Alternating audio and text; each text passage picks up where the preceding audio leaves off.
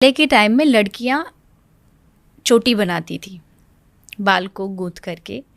उसमें होता क्या है, उसमें बाल होते हैं, एक ही बाल है, एक ही लड़की के बाल है, बट उसको क्या किया जाता है, उसका पार्ट कर दिया जाता है, 3 उसके पार्ट किए एंड देन 3 पार्ट करके उसको एक दूसरे के ऊपर ऐसे चढ़ाया जाता है। बाल तो वैसे ही स्ट्रेट थे बट उसको करके उसका थोड़ा सा और अच्छा बना दिया, उसको एक डिज़ाइन अच्छा बना दिया।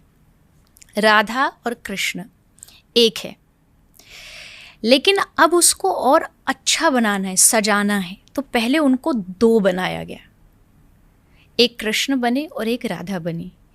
और फिर उन दोनों का जो मिलना है, वो जब दोनों मिले तो उससे फिर जो लीला बनी, जिसको कृष्ण लीला, महारास लीला, जो भी निकुंज लीला कहते, उससे फिर रस बढ़ा। वो थे एक ही, पर रस को बढ़ाने के लिए वो 2 बने, उन्होंने 2 रूप धारण किए एंड देन फिर वो दोनों जाकर के एक में मिल गए। तो अलग वाला सिस्टम तो यहाँ है ही नहीं।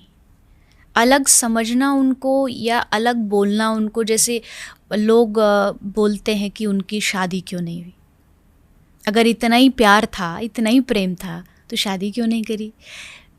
तो मैं कहती हूँ कि शादी के लिए तो हमेशा 2 लोग चाहिए, तब तो शादी होगी। जब 2 थे ही नहीं तो शादी कैसे कर लोगे।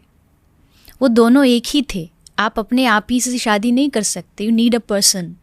तो वैसे ही राधा कृष्ण, अगर इसकी भी आप जानना चाहते तो हाँ, राधा कृष्ण की शादी हुई थी, हमारे शास्त्रों में लिखा है, गर्ग संहिता में लिखा है, कृष्ण राधा रानी का शादी हुई। आज भी वृंदावन में वो जगह है, लोग जाते, दर्शन करते।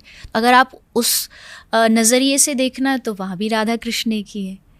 तो इसको लोगों ने एक तो थोड़ा कम समझा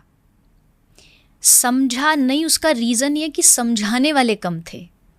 लोगों ने राधा रानी के बारे में अभी कुछ विशेष दिनों से, जनरल पब्लिक ने, वैसे तो राधा रानी के ऊपर इतने ग्रंथ हैं जितने कृष्ण के ऊपर है, बट जनरल पब्लिक थोड़ा सा अब जानने लगी है कि राधा रानी कोई लड़की नहीं थी, कोई नॉर्मल जनरल कोई गोपी नहीं थी, वो कृष्ण का ही रूप है।